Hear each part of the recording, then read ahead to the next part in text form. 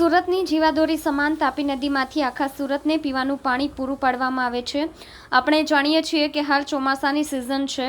ઉપરવાસમાં ભારે વરસાદના કારણે ઉકાઈ ડેમમાંથી તાપી નદીમાં પાણી છોડવામાં આવી રહ્યું છે, જેથી તાપી નદી હાલ બે કાંઠે વહી રહી છે। પરંતુ સુરતના એક વિસ્તારમાં લોકોને પીવાનું ગંદુ પાણી મળી રહ્યું છે।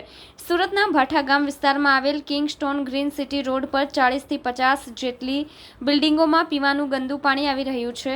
ગંદા પાણીના કારણે રોગચાળાનો ભય સ્થાનિકોને સતાવે છે।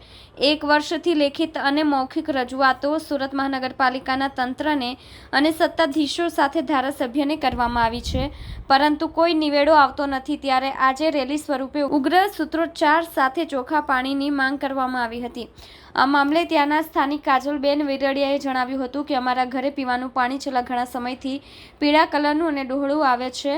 ગંદુ પાણી આવવાના કારણે અમારા બાળકોના ભવિષ્ય સામે ચિંતાઓ છે, કેમ કે અત્યારથી જો તેઓ બીમારીમાં સપલાઈ જાય તો આવનારા દિવસોમાં તેમનું ભવિષ્ય શું રહેશે।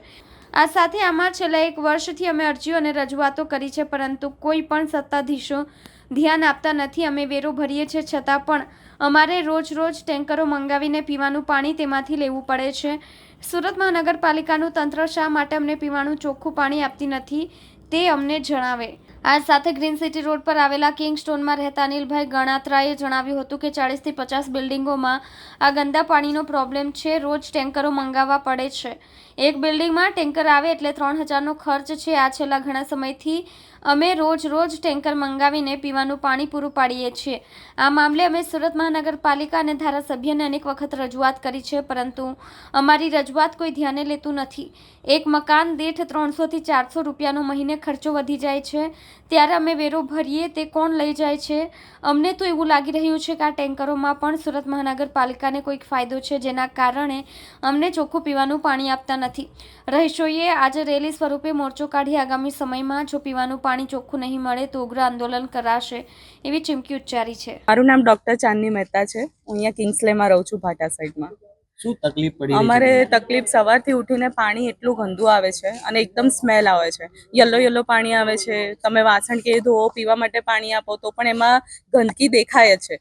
સમટાઈમ્સ નાની એવી જીવડા બી તમને દેખાવા જોવા મળે છે। હવે એવું પાણી હું મારા છોકરાને પીડાવું તે કોઈ મતલબ નથી। એના લીધે અમારે આરઓ ને એ બધું યુઝ કરવું પડે છે। એના લીધે ફર્ધર ની પેઇન થાય છે, એજિંગ પ્રોબ્લેમ થાય છે, હેર પ્રોબ્લેમ છે, સ્કિન પ્રોબ્લેમ છે, જેવી જે હાર્ટ ડિસીઝ જેવી મોટી પ્રોબ્લેમથી ધીરે ધીરે સ્ટાર્ટ થઈ રહી છે કે ભાઈ થાક લાગે છે, નથી આગળ વધી શકતું। જો પાણી જ મેઇન વસ્તુ છે, એ જ આપણે જો એટલું ઇન્ટેક ના કરી શકતા હોય તો ફર્ધર પ્રોબ્લેમ આવે જ છે આગળ જઈને। આપ એક ડોક્ટર છો બેન, સોસાયટીમાં કેટલા લોકોને પાણીથી બીમાર પડાય છે, શું કહેશો?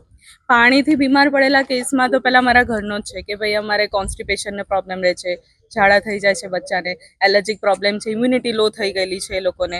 પછી જે એજિંગમાં જોઈએ તો ની પેઇન થાય છે, ઘસારાના પ્રોબ્લેમ વધી રહ્યા છે, એ રીતે ફર્ધર પ્રોબ્લેમ થઈ રહ્યા છે એમ। કેટલી સોસાયટીઓમાં બેનર લગાવ્યા છે? અહીંયાથી શરૂઆત કરીએ તો ગ્રીન સિટીથી, ગ્રીન સિટી ગોલ્ડમાં છે, કિંગસ્ટોનમાં છે, કિંગ્સલેમાં છે, કિન્નારમાં છે, આખા અહીંથી તમે જોતા આવશો તો બધે જ અમે બોર્ડ લગાવેલા છે। એટલી રજૂઆતોથી પણ કઈ તમારો નિકાલ નથી આવતો? ના, હજી સુધી નથી આવતું। હવે જો અહીં આટલામાં જો સ્ટોપ નહીં થાય કે અમને હેલ્પ નહીં મળી તો અમે આગળ જઈશું, અમે અહીંયા સ્ટોપ તો નહીં જ થઈએ।